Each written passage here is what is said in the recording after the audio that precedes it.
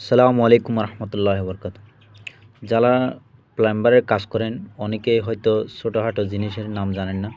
তাদের জন্য আমি এই ভিডিওটা, আপনারা যদি ভিডিওটা দেখেন হয়তো কাজে লাগবে আর জিনিসের নামটাও জানতে পারবেন। ভিডিওটা কেউ টান দিবেন না।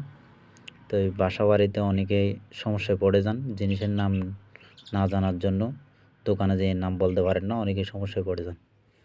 তো এটা হচ্ছে যে এসনিফুল, এটার নাম বলবে এসনিফুল ত্রিফুল, আর এখানে সবগুলো ত্রিফুল।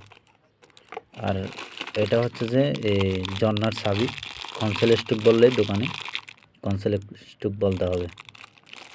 আর এটা এল, এটা এল। আর এটা হচ্ছে যে টি, টি এটাও এই কলের পানি পড়বে এদিকে। এটা হবে যে ব্রাশ টি, ব্রাশ টি, দোকানে ব্রাশ টি বলতে হবে এটা।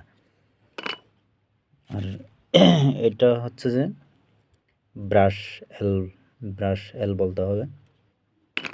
আর এটা এমনি টি বললে হবে, আর এটা এল বললে হবে।